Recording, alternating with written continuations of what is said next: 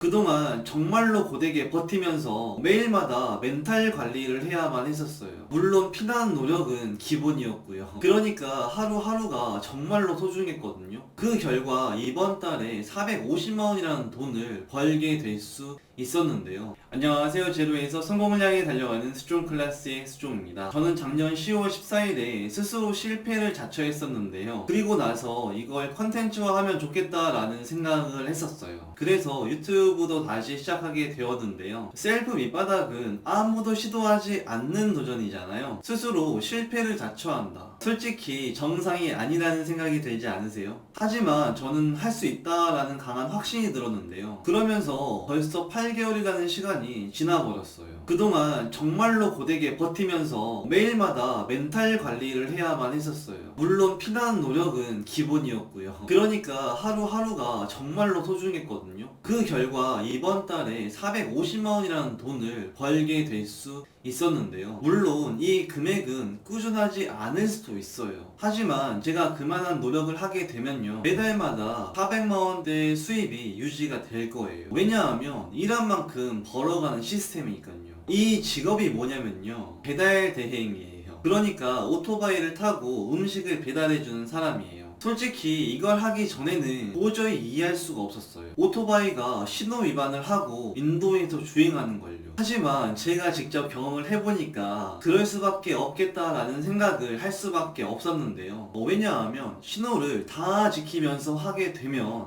시급이 3,000원 또는 6,000원도 벌지 못하거든요.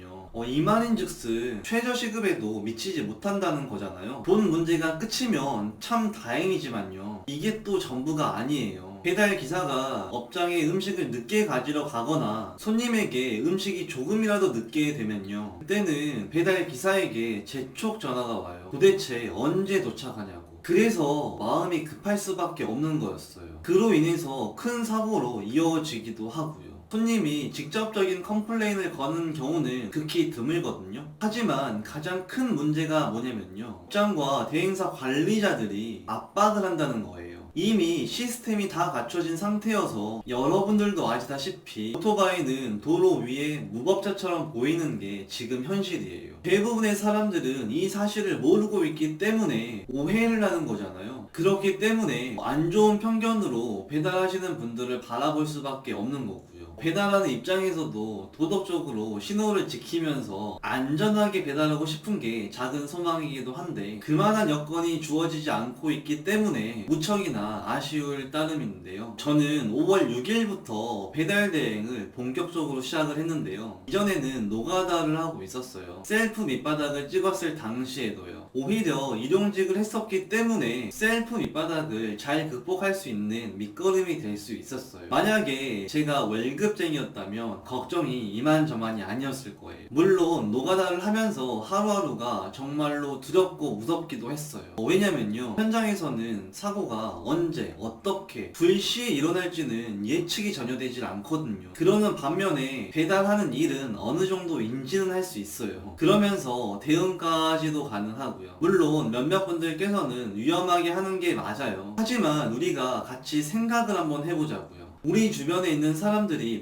100% 안전한가요? 단순하게 길을 건너가다가 사고를 당하는 경우도 있어요. 요리사가 불과 칼 그리고 뜨거운 기름으로 인해서 다치기도 하고요. 현장에서도 다치신 분들이 간혹 있었어요. 저 역시도 추락할 뻔한 적이 있었고요. 다행히도 떨어지지는 않았어요. 저는요, 이 일을 하기 전에도 항상 안전을 생각했던 사람인데요. 그 정도가 어느 정도였냐면요, 인도를 걸어갈 때 공사 현장을 지나갈 때가 있잖아요. 저는 그런 곳은 크게 돌아갔어요. 솔직히 이렇게까지 할 필요는 없어요. 그럼에도 이렇게 하는 이유는요, 혹시 모를 사고를 사전에 예방하는 거였어요. 여러분들도 아시다시피 사고는 예고도 없이 발생하게 되잖아요. 그렇기에 제 스스로가 그런 환경을 노출시키지 않았어요. 지금도 오토바이로 배달을 할 때면 온전히 일에만 집중하는 편이고요. 솔직히 조금만 더 빨리 알았더라면 돈이 어느 정도는 모였을 거라는 생각을 하게 돼요. 하지만 저는 노가다를 한 것을 절대 후회하지 않아요. 왜냐하면 일용직을 했었기 때문에 유튜브를 할 수 있었거든요. 그러면서 더 깊이 생각하는 힘도 기를 수 있었고요. 만약에 제가 허리를 삐끗하지 않았더라면 아마도 노가다를 하면서 프로젝트를 계속해서 진행하지 않았을까 이런 생각을 하게 되는데요. 그래도 어찌됐건 이건 기회라는 생각이 들어요. 저랑 정말로 잘 맞는 일이거든요. 가맹점 사장님과 손님을 만나는 게 정말로 즐거워요. 물론 가끔씩은 상황으로 인해서 화가 나기도 하는데요. 그렇지만 지금까지 욕을 안 하는 건 행복하게 하는 건 아닐까요? 아마도 자유롭고 선택권이 있어서 그런 건 아닌가 싶어요. 이 일을 직접 선택하고 자유롭게 일을 하니까요. 원래는 7월 1일에 상반기 프로젝트를 끝내고 나서 영상을 올릴 예정이었어요. 이것도 하나의 컨텐츠가 맞잖아요. 그렇기 때문에 이렇게 카메라 앞에 서게 되었어요.